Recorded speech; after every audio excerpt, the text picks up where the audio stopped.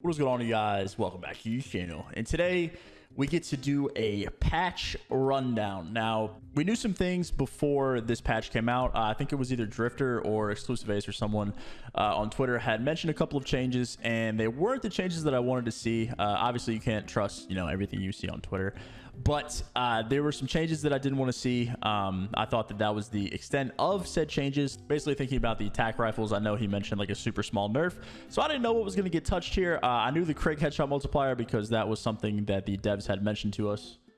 And what we get here is a complete weapon overhaul, essentially. You guys are going to see some videos coming out in the next couple of days. I'm filming a bunch of stuff before I actually leave for Christmas, and I'm mentioning things in those videos that aren't exactly accurate because of these patch notes. I'm putting this video out to kind of preface those because, again, I filmed everything in mass. So basically, there's an M4 video that's coming out. My opinion of the gun really, it gets even higher actually because of the AK change as well, which I didn't know about. So there's an M4 video coming out, and it's going to be after this video that you guys are watching right now. Basically saying that the M4 is going to be a very, very good weapon. So if you guys want my opinions on that, go ahead and watch it. But in that video, again, I mentioned that the Krieg got changed, and I didn't mention the AK, and it actually ended up getting changed. So we're going to go ahead and go through here and give you guys my opinions, thoughts, etc., etc. So starting out with the assault rifles, reduced headshot multiplier and reduced the damage for the Spetsnaz barrel. Both very, very worthy changes. These two ARs right here were the ones that we kind of harped on as pro players, saying that they were a little overtuned. They kind of just drowned out the rest of the AR category, so there was no potential really for any of us to use another weapon. And obviously weapon diversity is something that Treyarch loves. It's something that thrives in Treyarch games. Those are where you get your 3-gun metas, essentially, most of the time in Treyarch games, if you think to the Maddox and Black Ops 3 with a million different guns. So the fact that both of these two weapons right here saw tuning is phenomenal. Both of these changes were very needed. Headshot multiplier in this game is a little nuts. I think it's needed because there are some extreme power positions in this game that require that a slight advantage to kill out of. But having a reduced headshot multiplier is huge. Again, I have videos coming out mentioning that, or not mentioning rather, the AK change. I did mention the Krieg one, so if you guys hear that, ignore it. The FFAR, I have tested. It's still not good.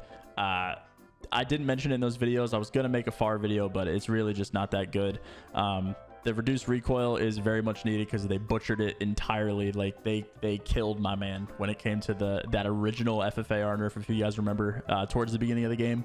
The increased damage is very important, but the thing that sucks about the gun is you need a fully stacked FFAR class, like 9 attachments or however many it is, to make the gun viable. And that kind of sucks because then you open up perk slots and you can't run Lawbreaker or perk greed, and then you just kind of run around the map and get naded or stunned. So the FFAR really isn't where it needs to be quite yet, in my opinion. The AK and the Krieg changes both very, very needed. I need some more testing with those two weapons, though, before I give my definitive if it's enough, essentially. Moving on to the submachine guns, the Milano, KSP, and Bullfrog all saw changes. The Milano got an effective damage range increase. I don't know if this was warranted, to be honest with you. The gun was already more of like a beam, it felt like, at least when I use it. I'm not a sub player, so my opinion here might be a little bit not educated, but I feel like whenever I ran the Milano, I'm just gonna call it the Uzi because it's an Uzi, it felt better at range than it did up close. And I don't know, it was very easy to shoot at long range. I never had any problems with it, so seeing it get an effective damage range buff just isn't exactly what I was thinking. It needs more of a fire rate buff, in my opinion. It just shoots too slow to compete with the other subs in the category. Moving on to the KSP, the exact same thing. It's very good at close range, so this is actually what it needed. The gun is an extreme one burst potential. People have been using it in scrims, and getting one bursted by a sub is a little weird. So the KSP, definitely where it should be right now, in my opinion. The Bullfrog really isn't going to see use just because the other subs are better. That's a similar situation to the ARs in the beginning of the game before this patch you guys are looking at right now. Just the other ARs are better in the situation. The other subs are better, so the Bullfrog isn't really going to see any use. And I don't think a damage range buff is going to help anything out. Moving on to the tac rifles. Oh, sweet God, thank you. M16, reduced effective damage range and reduced fire rate. They need to butcher these, butcher this category. I don't even know what to tell you guys about these, to be honest with you. The burst potential and running around with like an AUG or an M16 with a shotgun back pocket is just ridiculous. Tac rifles are severely overtuned, and this entire section needs to be like 4 pages long, if I'm being honest with you. I don't know what tactical rifle Charlie is. I don't know what that is. I'm assuming the AUG changes are also in here as well, but there needs to be like 6 pages of tac rifle changes for me to be happy. Those things are insane how ridiculous they are. LMGs we don't really care about, and sniper rifles. Increased damage multiplier for upper chest slot when hit kill without attachments. Did this thing get buffed? Sniper's getting buffed? I don't know what this is though. I don't know what sniper rifle. What is sniper rifle Charlie and tac rifle Charlie? I don't know what those are. Whatever. Pistols. I think the M19 is still going to be good. I don't think the Magnum changes are going to do anything. The fire rate's nice though, because the Magnum is actually low key nice. I think it's a 2-shot kill, so having increased fire rate's actually pretty big. Shotguns we don't care about. Perks, reduce explosive damage mitigation. Oh, flak nerf. Oh, flak nerf. We love that.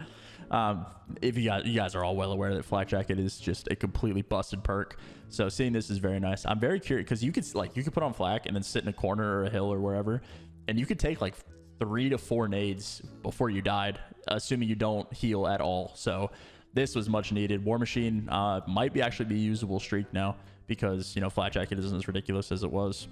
Ninja, I don't really care about this. They need to change the mantling, or like the overall sound of mantling. I think that the footstep sound is very good. It's in a good spot right now.